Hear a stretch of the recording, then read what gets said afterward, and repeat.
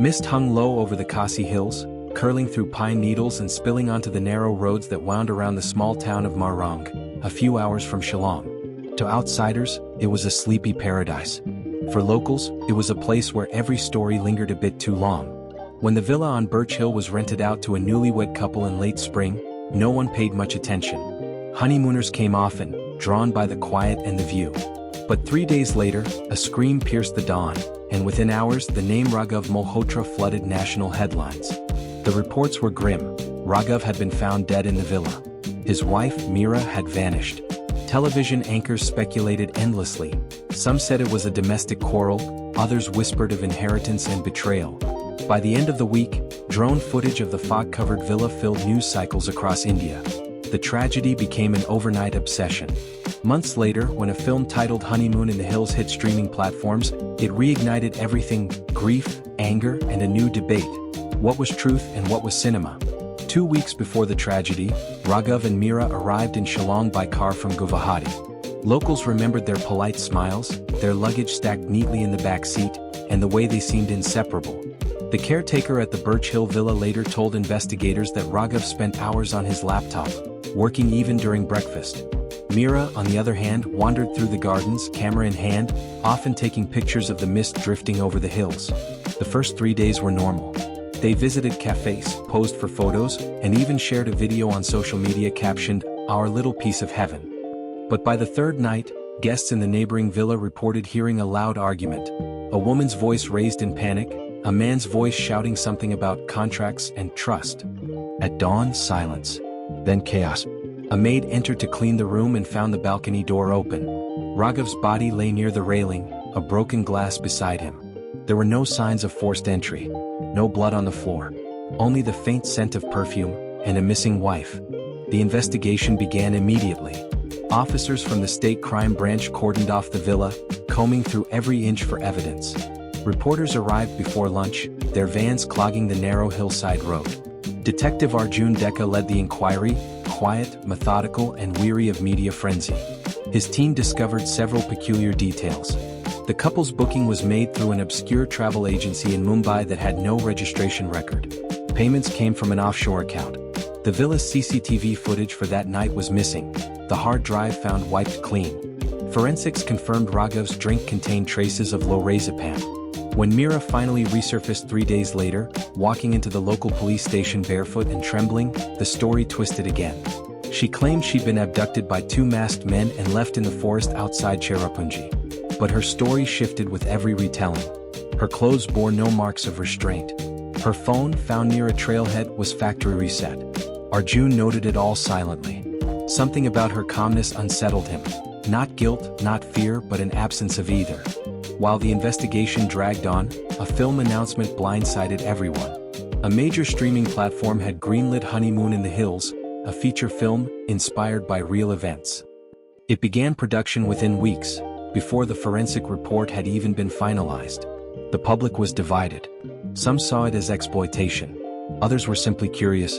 The director, known for his glossy thrillers, promised a haunting love story that transcends truth.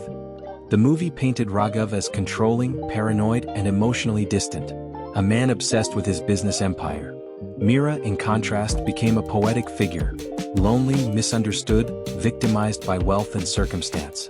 The final act portrayed her killing him in self-defense after enduring years of manipulation.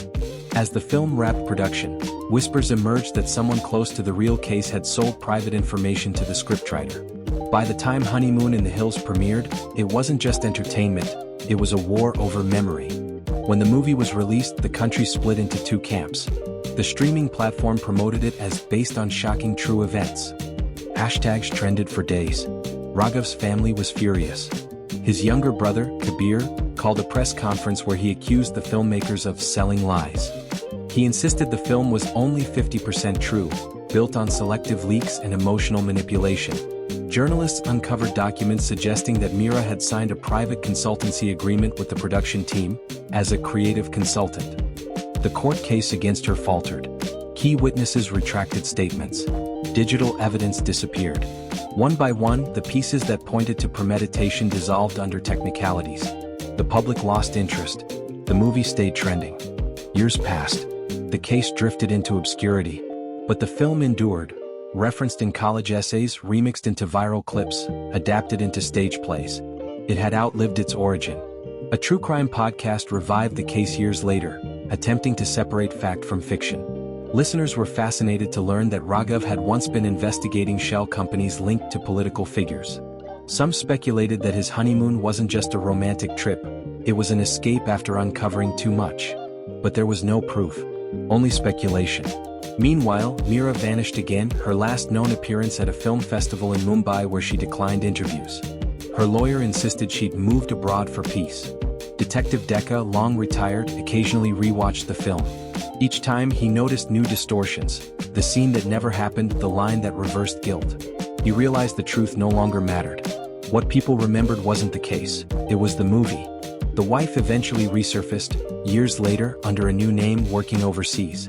A journalist tracked her down and requested an interview. She refused to discuss the case but admitted something cryptic. Sometimes truth needs a script to survive. Her words went viral. The quote reignited online debates. Was she confessing? Justifying? Or mocking everyone who tried to uncover the truth? Her silence afterward only deepened the myth. Meanwhile, the brother of the victim sold the rights to his version of events, a book titled The Other 50%. It promised what the movie left out. But even that version, some said, had been ghostwritten by a screenwriter looking for the next adaptation deal. By the time it was published, no one could remember which version of the story had started it all. What mattered wasn't what had happened, but how beautifully it could be told. Today, Honeymoon in the Hills still streams on every major platform. It's classified as a romantic thriller. The opening disclaimer reads, "Inspired by true events." Some names and incidents have been changed. The final scene shows a woman standing on a foggy balcony, whispering an apology into the wind before disappearing into the mist. Viewers debate whether she died, fled, or simply vanished into guilt. But outside the screen, in the real Shillong Valley, the old villa remains locked and silent. Locals say that when the fog thickens enough, one can still see a faint light flicker from the balcony, not ghostly but perhaps a reflection from a passing car, or maybe from the memories people keep feeding. Because once a story becomes entertainment, it stops being an event and becomes an echo. And echoes never die, they just retell themselves.